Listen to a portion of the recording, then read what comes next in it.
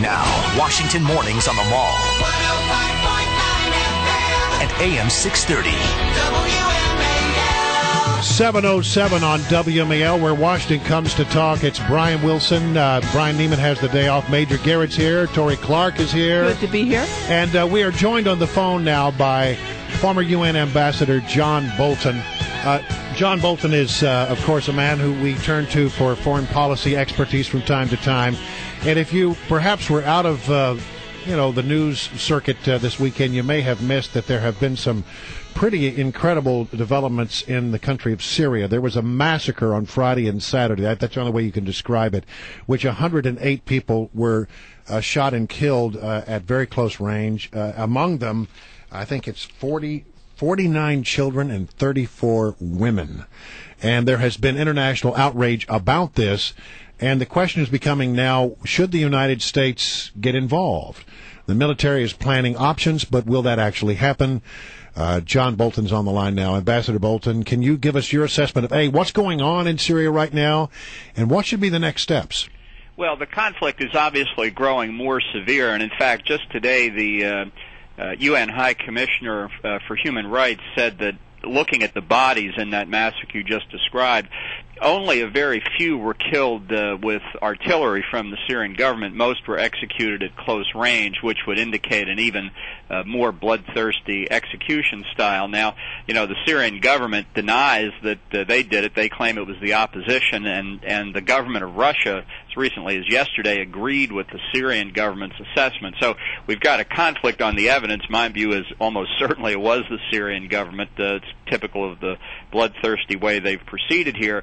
But you can see this confusion on the ground makes it difficult, if not impossible, for the UN at least to do anything meaningful about it. All right, so I guess the question is, the UN can't do anything. A lot of people are wondering, perhaps should the United States military now consider intervention, perhaps with the help of allies, a la what we did in Libya? What do you think?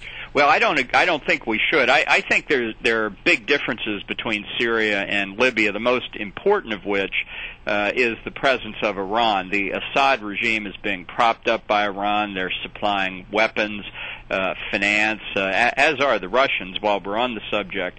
And the government of Iran is perfectly prepared to shed a lot of Syrian blood to keep the Assad family dictatorship in power. I think we need a strategy that looks at regime change not just in Syria but in Iran as well. And I tell you, the biggest reason for me not to get involved here is that I don't think President Obama is up to this. I think this is a very complicated, dangerous situation, and I very much worry that he backs into it and we find ourselves in a very difficult environment where he just doesn't know what to do.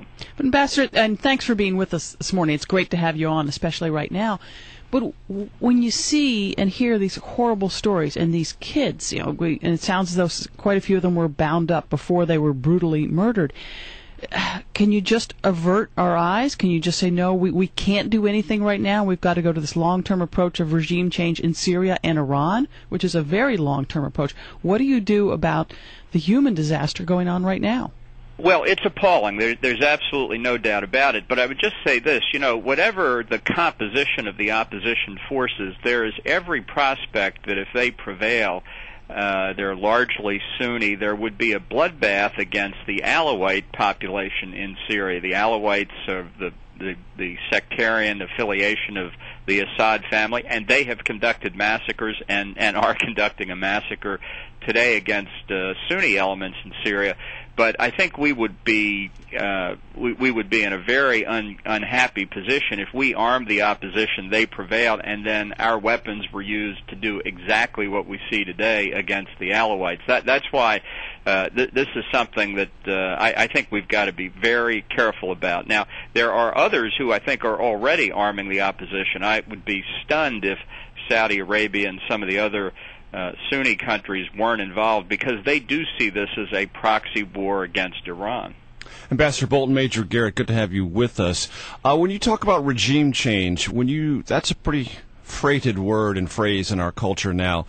Do you think it should be organic and internal, or external, supervised or at least led by the United States? Well, I don't think it has to involve U.S. troops. I think clearly the Assad dictatorship is extraordinarily unpopular in Syria, and I think the Iranian regime is very unpopular there as well. I think if we had been in both the Bush and the Obama administrations aiding the opposition in those two countries after we overthrew Saddam Hussein, we could well be in a very different position than we are today, but we haven't. We have to play it as it lays, but better late than never would be my view.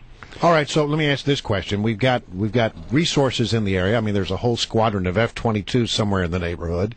What's wrong with the idea of providing air cover to sort of protect those people who are battling the Assad forces? Well, I think the problem from the logistical perspective is these are principally urban areas, and although it was one thing to do that in the case of Libya, it's much more difficult here. And I think that part of that problem is we don't really know who we're aiding. And I'll tell you the truth, in Libya, I'm not sure we knew who we were aiding either. We're happy to have Gaddafi gone, but there's no guarantee the outcome in Libya is going to be much happier. So it's this is one of these situations where, you know, there may be more bad guys involved than good guys involved. Ambassador, how does Israel play into all of this? Israel is obviously looking at the election in Egypt with a certain degree of trepidation, I would imagine. That's probably putting it mildly. And then if they look at the instability in Syria on both sides, now it's not uncommon at all for Israel to have instability on both sides. It's a tough neighborhood. It always has been. How much of a factor is that playing into U.S. calculations, do you suspect? I'm not sure how much of a factor it is for the Obama administration. I think it's huge for Israel, and I think you're quite right on Egypt. It could well be for the first time since the Camp David Accords after the Egyptian elections that the strategic situation in the Sinai is very, very dangerous for Israel. Look, it's dangerous in Syria as well, although there's an argument that if Assad were replaced by a Sunni leadership there, Iran's influence would be diminished. That might end up being a plus for Israel. But Israel's being very circumspect here, and I think their eye is really on the main prize, which is the Iranian nuclear weapons program. That's why, to come back to this relationship between Iran and Syria, Iran really is the biggest cause of risk and danger and instability in the region, and its pursuit of nuclear weapons isn't making things any easier. So I think if you were looking at the big picture, Iran and Syria really go together. You have to have a strategy that deals with both. All right, Ambassador John Bolton, a day when your expertise is duly appreciated. Thank you so much for joining us. Thank you, sir. Well, thank you so much for having me again. Always